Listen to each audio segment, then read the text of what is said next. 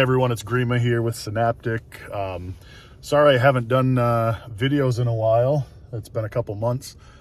Been doing a lot of stuff still, but my biggest problem is I've only been able to get out to the property about one day per weekend. And most of that day is spent driving. For those of you that know, I'm a traveling teacher, so I was working in Indianapolis. Shout out to those students of mine in Indianapolis. Hope you guys are doing well. But yeah, my company moved me to Buffalo back in November, and it's been real difficult to get out here. Yeah, it's about an 8-hour drive if I don't go through Canada. It's about 6 hours if I go through Canada. So it's just real hard to get out here. I've been doing some things though. I've been getting out here, and I'll kind of show you some things that I've been doing. Now I know this is a DIY channel, but I needed to get this roof on or before the snow fell. So I had some help with the roof. Really it was knowing that I wasn't going to be able to get it done in like a weekend or something like that, knowing that it would be exposed to the elements. I had to bite the bullet, and I had to have somebody help me out with that. So kudos to them. They did a pretty nice job here. They still have to come back and fix some of the seams and make it look real nice. But yeah, that is the roof.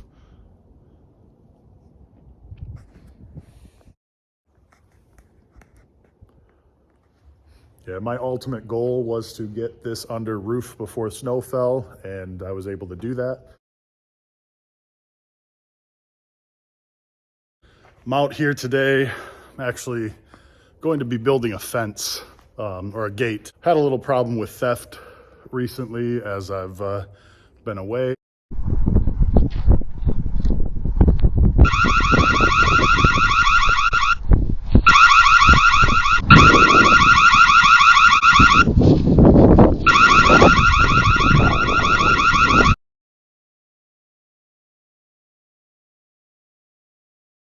So gonna put in a gate at the drive, and I'll show you how I'm gonna do that. This piece of metal right here is supposed to be for this corner right here. If you look, the end of it is twisted, and it got like that in shipping. So I'm just gonna repurpose it today. I'm gonna cut it in half, and I'm gonna use it as uprights for my gate.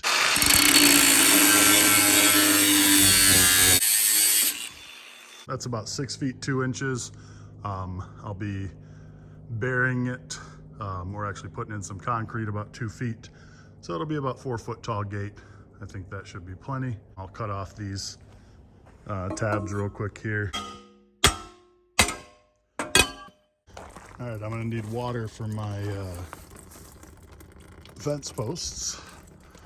So might as well use what I have. I didn't film much of it because I was kind of in a hurry, but so I got some concrete mix, took about 3.5 bags of concrete for each pole. Got about 24 feet to span here, so I'll get 2 12-foot gates. Just wait for the concrete to dry, and I'll probably get that done tomorrow. Let me talk to you about so what's going on here. So it's been a couple months since I have posted any videos. I've still been working out here. I put a gate out at the front. Got electrical finally installed. Here's the panel here. So a couple poles were installed on my property. We've got this pole here, and then we've got a pole in the corner here. We had it buried, so it's buried all the way to the side of the building here. All right, so there's that. Got a 30 amp RV plug out here as well. I can plug the bus in if I need to. Eventually, I think I'm gonna have an overhang on this side of the building as well. Pull an RV or bus in. Got the gutters on, got the roof on. So other than that, I've just been kind of doing some cleanup. I moved in all the extra metal that I have. I'm still gonna be doing a overhang off this corner over here. So got all the materials for that. Had a problem with some theft had some people coming in, and they stole some gas out of this truck right here, which, you know, whatever. It was sitting there that truck's been sitting non-functional for about 5 years. Originally I thought it was a fuel pump, replaced the fuel pump, and figured out that mice had completely destroyed the wire harness. So eventually I'll have that done, just not high on my priorities right now. As you can see, I've got a lot to do. Some people commented in some videos before, why didn't you put in the floor before you built the building? It was kind of a pain in the butt to build without being able to pull in some equipment in here. However, the reason that I have not is simply because I'm doing this all myself, and I don't know exactly where my plumbing is going to be yet. I don't know exactly where I want to run all of my in-floor heating. I got to get that all mapped out. I do have some cutouts or some sleeves in the foundation over there to be able to run things in and out. But yeah, I'm just not sure where that is going to be yet. So yeah, for those of you that don't know me, I am a traveling teacher. And that's exactly what it sounds like. I actually travel around the country, filling in for positions that are hard to fill. Yeah, it makes it a little bit harder to get out here, but as soon as it warms up, I'm gonna be out here, and I think this floor is what I'm gonna be tackling next. This corner here will be living space. It's a 25-foot section here, from here to here. That'll be living space. It'll come out to about the 20-foot mark here, and then it'll go over a little ways, cut in, so that this garage door, I'll have like a one stall that you know, will be good for maybe the tractor or you know, side by side, something small. It'll cut over and then go over to that door as well. There will also be a loft in the top. There'll be a balcony that will overlook kind of like a living space down here. And then you can walk up, there'll be a bedroom in the top of that loft as well. So small bedroom, but I'm also gonna do a little bathroom up there as well. And it'll be a 2-bed, 2-bath kind of studio style apartment. This whole floor will be radiant heat floor. I'm doing geothermal. The reason that it's not in now is simply money. I'm doing this all on my own dime. I'm not having it financed, so I'm just pulling from savings and using the winter to kind of boost up those savings so that I can put some more money into this in the spring. So that's the plan. Another thing that kept me busy as I came back for weekends was getting these little boots installed for my gutter system, so all the downspouts. So obviously this will all be buried eventually. Got to bring more dirt in. Still a lot to do, but on this corner of the building here, so pretty much from here over, there's going to be a 12-foot overhang. So it'll come down, it'd be a nice concrete porch here overlooking the view. Yeah, so then that'll come around this corner and extend over here as well. It'll stop before that little window, but I'm thinking probably about 12 foot on this side. So just a nice little concrete porch in the corner here. So I messed up this corner. There's too much of a gap, as you can see. So I tried to get out of the wind there. Not sure exactly what I'm going to do with that yet. But I think the plan right now is to have a new corner made. Right now, when I put that corner on, it just looks awkward because it has to kind of stretch a little bit. So if I have a new corner made that's just about a 1/2 inch longer on one side, I don't think it'll be noticeable. So that's the plan for now. All right, so in addition to the living area in that corner, there will be, so from this beam over, That's going to be my work bay. So I'm going to put a lift here, probably at an angle. So as I drive in from this door, I'll kind of pull in at an angle to that workspace there. And there'll be a wall there too. So kind of pull into a workspace there. This will just kind of be tool storage and yeah, just more room, another bay to work in if I need to.